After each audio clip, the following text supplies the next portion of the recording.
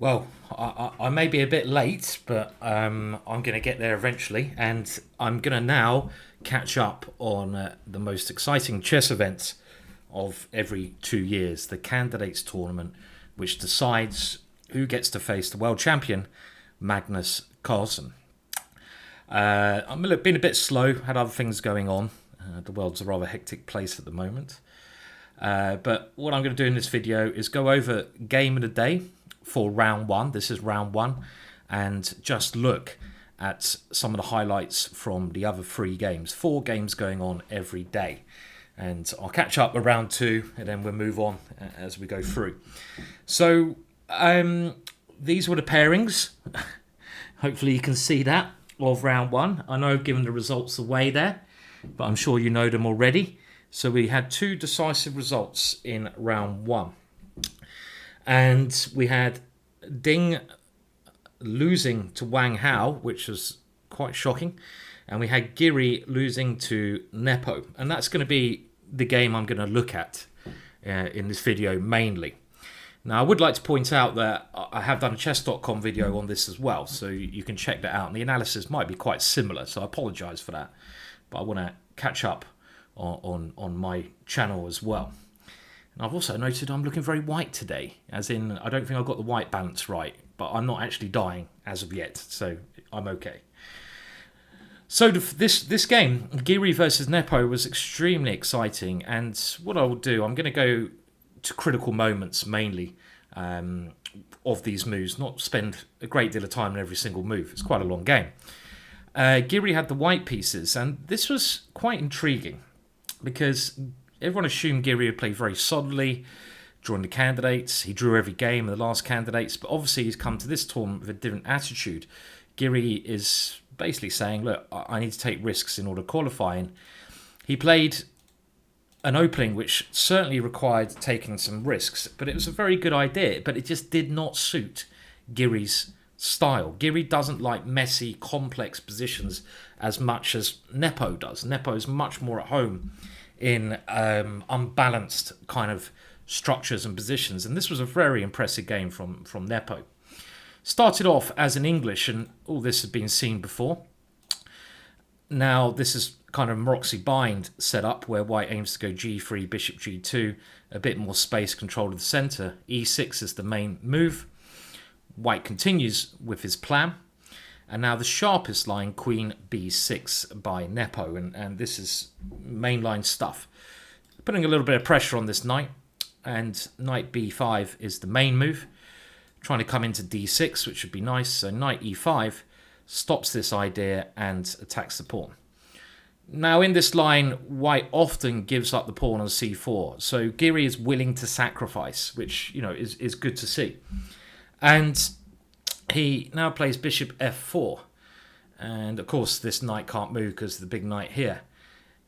On the other hand, this knight comes into g4 with some tactics against f2, which really have to be blocked by e3. a6, white doesn't want to move this knight away, losing time, so he has to fight fire with fire, h3, and all this has been seen before. The first novelty comes in this position here on move 12. Previously, white had defended this pawn, but now Giri plays a new idea. He goes rook c1, and he had obviously done a lot of preparation, and he keeps playing instantaneous on the board. Nepo has to work things out as they're coming, which is a lot harder. You're hit by a novelty and you've got to work it out, but Nepo keeps his cool and does a brilliant job in this game. And this is just a very normal move. The rook gets ready to have some, activity on the c file. Knight takes b2 is not possible because queen b3 is embarrassing that knight, and there's many threats now with the white pieces come flying in. So very sensible move from Nepo. d5 consolidating the center, and now b3. And I think a lesser man than Nepo, when faced with such a sort of novelty, would try to find a way to consolidate here. And this is actually something that Giri does a bit later on. When things start going wrong for Giri, rather than wanting to enter into the swamp of calculations, he actually sort of tries to go back into his comfort zone and plays a lot less critical and comforting chess, which is something that lets him down. Nepo sacrifices temporarily the piece and develops. And this is still Giri's idea. Giri wins the piece, and now rook to a3. And this move is placing that knight again under a lot of pressure. So bishop e5 defending, and now f6. And, you know, this is pretty forced sequence, really, because white can't allow black to take on c3 with check when they have to move the quick king, not at the moment. And black is playing aggressive moves. Every black move is a threat. Bishop d4. And now queen to a5. And we can see here that there's, you know, stuff going on this square.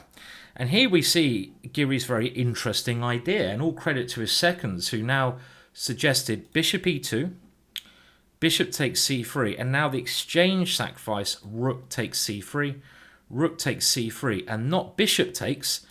This kind of position would be very good for black after taking here. White doesn't have enough compensation, and look at these pawns, they're tremendous. And white's idea is, and this is, he was still playing this instantaneous, move 19, king f1. And this is a very interesting position, a very interesting novelty. Yes, white's the exchange down, but the king will be very safe on g2. There are ideas of play on the h-file. There are ideas of playing g5, and the black king is not particularly safe. This bishop can be very good. So it's a very complex position, but I think the next move from Nepo was a very wise choice. I mean, maybe Giri should have spent a bit more time in the opening. I know, you know, I don't think he's bluffing, but trying to, you know, not, you know, because when you play very confidently, you know, your opponent will smell a rat and they will try to bail out into something which they, you know, they won't go down your main line. If he played a little bit slower, maybe, you know, Nepo would have been tempted into playing something more critical. That would have suited Giri. All these mind games going on. And there are moves here like rook a3, which black can play, trying to hang on to the material. But, you know, this would have played into Giri's ideas. And there are many ways you can get compensation here, like g5, even some move like queen b1, trying to hit the pawn on h7. And the king will just come here. But I like this next move for Nepo, b4. And he's basically saying, okay, look, I'm not going to try to be greedy, and this is the best way to return you know, sacrifice often. I'm going to give some material back. Oh dear, I'm falling on my chair. I'm going to give some material back, and I'm going to try and just get a nice position which I understand. Next move, good, g5, trying to complicate, and now e5, and now, well, Giri has to take on c3. Taking on f6 is correct, and it's around here where Giri starts to go a bit wrong. Queen b1 is okay. You're threatening the pawn on h7, which black now defends. And this is probably the key moment in the game even. Now, Giri is one pawn down. Does he have enough compensation? Nepo has avoided a lot of the sharp tactics. And if Giri doesn't come up with something, the game will kind of go into what we see later on, where Nepo has a safe advantage. So you have to play aggressively here, and you can't really take this one yet because this pawn just becomes too strong at this moment in time. In the game, queen d3 was played, and this is maybe the big mistake, because after this move, it's clear that white is struggling. This is a kind of safety first move, what I mentioned earlier, where Giri's trying to kind of bail out. You know, these guys are incredibly good players. So being critical of them at all, I feel a bit guilty about. But it's pointed out by other commentators, Hikaru in the chess.com chat, that this move was not the right move. You know, you're trying to, okay, admit that you're going to be a little bit worse, but try to get the draw. And here, the position called for something much more active, like rook h4. And this move very nicely defends the pawn there. It stops d4. And it also just gives us a chance to maybe come around and take the c-pawn. And white's king will probably be quite safe on one of these two squares, but the black king is a bit open. And this position is just very messy. But that's not really what Giri wants. So should he have played this opening anyway? I don't know. He's trying to prove he can play messy positions, but it didn't work very well. Now, after Queen D3, the star move here, which gave Nepo a very nice advantage, was B5. And this is a brilliant move. And the idea of this now is to get an incredibly strong pawn structure. And White can't take either of these two guys, because if he does, C2 comes. And after the move C2, you're not going to stop Charlie the C-pawn. He's going to land and eat his dinner. And the same goes to taking on B5. So this is a very, very good move when there's lots of other options available here. But B5 kind of forces Queen takes C3 and now B takes C4. And just look at the pawn structure. These pawns, I think I mentioned this in the chess talk, they're like the coronavirus coming at you. Scary. They're coming en masse. They're increasing in power. And they just want to run down the board. And black is a pawn up. I mean, it's a very unpleasant position. Now, obviously black's doing better here. And after, I'll show you the moves quite quickly. Now, the C pawn is very, very annoying. And after black gets castled, it's now clear that, black has all the winning chances with this extra pass pawn. He can get his rook behind this pawn, and then he can try and somehow break the blockade. A queen is not a very good blockading piece, because if the queen is ever attacked by a rook, let's say in this case, it has to move. If a knight's attacked by a rook, it doesn't have to move. And normally the best blockading piece is a knight. The knight is a good blockader. But in this case, the queen does a bad job. So maybe Giri should have sat here like King G1 and just tried to wait. But it's very uncomfortable playing like this. He played bishop takes c4, and after King G7, avoiding any tricks, it's clear that this pin on the c file is going to win black material. I think Giri, again, this was Giri trying to simplify. Of course, there's nerves in the first round a little bit too quickly. After Queen B3, Rook B8, there's nothing White can do. He has to now give up some material. If the queen comes back, then Rook C8, the pin is winning. So you have to give up your queen, and we get this quite interesting ending. Now, the problem with this ending for White is that black has these 3 pawns, and it's 3 versus 2. And often when you have a pawn majority on one side of the board, especially in the ending, you can use those pawns to, at some point later on, create a passed pawn. And passed pawns win endings. If the pawn on h2 was somewhere over here, let's say on e3, and the bishop was somewhere more secure, it would be a dead draw. But the pawn on a2 is never going to go anywhere. Too slow, hasn't got the support. And black can push these pawns. So we now go into a maneuvering battle. They play around for a little bit. Not much changes, but you can see black starts to use his pawns bit by bit. And the key move comes here, where black now plays h4. And after g takes h4, he now plays f5. And this is a way to create a passed pawn, even if you lose a pawn. And the idea is f4, e3. And that e pawn will cost white a piece to eliminate. So rook takes f5, giving up the piece, is going to be forced at some point. So Giri thinks, okay, maybe now's a good time to do it. Queen e1 and queen takes d1. White now plays rook g5, and White's idea here is to create a blockade. So White kind of wants to put the rook on g3, hold the third rank, and play like this. But the problem is, this pawn on h4 is exposed, and in these endings, you need all your pawns defending each other. And the further back your pawns are when you're playing against the queen, the less exposed. The pawn was on h2. This must be a draw, because White just puts the rook on g3, and black can't do anything. It's a fortress. But this position is not so easy at all. Now, rook to e5 check was interesting, but the issue with this is, okay, now White does win this pawn, but after, I think queen here would be the move, you have to play f3, king here, wins the rook. And even though you got rid of the last pawn, these pawns are a little bit too far up the board.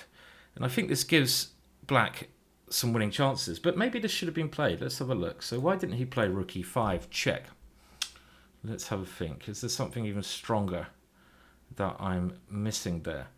This must have been a better try. Yeah. Maybe you can answer that. And this is something I missed in my chess.com analysis. Maybe you can answer that. What was black's idea here? Because it's not actually springing out to me. I mean, this position, I'm just thinking after f3, can we win this? Queen takes here, king here. And I know with one pawn it's a win. With two pawns is a win. You can often zugzwang, but white does have a bit of a blockade. When I say zugzwang, if these pawns are back here, it'd be a draw. But I think in this position, you're slowly going to get around and force white to lose both pawns. This is what I'm assuming here. I mean, you can give a check or two. Not that check, sorry, because I take it. But let's say you wait. Okay, here. And you can already see something like this is nearly zugzwang. Check, you've got this one here. And now, let's say what I'm trying to do here is run you out of moves. And I go something like here, for example. Now, if you move the rook, I take there. So your only other move is king e4. And now, let's give you a check. And I want to wait in this position. So maybe just this move, for example. I force your pawn to come on, and I'm probably going to pick this pawn up and that pawn up by using zugzwang. Very technical ending. And, you know, this position is very hard to win, but I feel it should be winning. Queen versus rook is a win. Now, the game continued, and we're going to get now to the point where black broke down this blockade. He wins the h-pawn because the h-pawn is weak. Excuse me. Let's just see where he wins the h-pawn. There we go. But how does he break this down? And he breaks it down with a nice tactic. He realizes that this king has to break through this rank in order to win. Otherwise, white blockades and draws. And he does this by, at the right moment, playing queen d3. And here Giri resigned. If he takes here, pawn takes and the pawn queens. And if the rook tries to maintain its blockade, the black king now comes. Again, we can't take this. If you try to maintain it, it's not going to last forever. And in this position, even maybe this move, no, we don't want to do that move, but this move, waiting. And as soon as the rook goes here, if it goes to e3, I will take it. And this king and pawn ending's winning. I take here, let's say here, and I move and I queen. And just got to be a little bit careful with black, obviously. And if the rook goes to h3, again, we take the rook at the right moment, take here and queen. So very nice play from Nepo there. And I think Giri is at his comfort zone. So, I mean, the other highlights from round one. Well, MVL versus Fabiano was quite interesting. I think they both played a good game. MVL went for some sort of sharp line with knight f7. But it seems already that Fabiano is probably the best prepared player in the tournament, and it was quite a good fight, this one between MVL and Fabiano, but ended in a draw. And the other upset was Ding Liren losing, and this was the key position when Ding Liren is actually better against his compatriot Wang Hao. I say better because this knight has great potential in these two squares. This pawn is not such a weakness. It can be easily defended. Black has this weak pawn on b6, and at some point white has this break f4, and this will mobilize the pawns and push black backwards. But f4 was now played, which looks very natural, but in actual fact this ended up being a mistake. And after taking, knight takes here, black played f5. And even here, it seems like white should be better. But after e5, rook e6, it now becomes clear that these two pawns are actually very weak. The rook comes into g4, and the bishop can even target h4. And this is something that Ding Liren must have just overlooked. And after a couple of moves, it just becomes clear that these pawns can't be defended. You know, they are too weak. And with black's rooks gaining great activity, we can see that white's position is just crumbling, and it does lose a pawn and he loses the game. Alexenko against Grischuk. Grischuk messed up. Well, I say messed up. He messed up a great position. There was one moment around here where he plays Queen B2, and I think he should now have played, if I remember correctly, Bishop takes, Queen takes, and now C4. This is the winning idea. Trying to win this one after something like this, when the C pawn will go and you have two connected passed pawns. And again, this is one problem Grischuk's going to get throughout the tournament, his time management. If he didn't have his time trouble problems, he would be one of the favourites, I think, to qualify. But I think with this pressure he puts himself under, he's going to really struggle. Okay, so that's my round one roundup. I'm trying to get up to date, so I know it's round 3 already. So hopefully a couple of you watch this video, but it's been nice to cover all of the candidates for future. So I'll do my best job of doing that. Please make sure you like and subscribe to the channel. That does help me. So go and press the subscribe button in the corner and like the video if you can. And I'll be back around 2 very shortly. Cheers.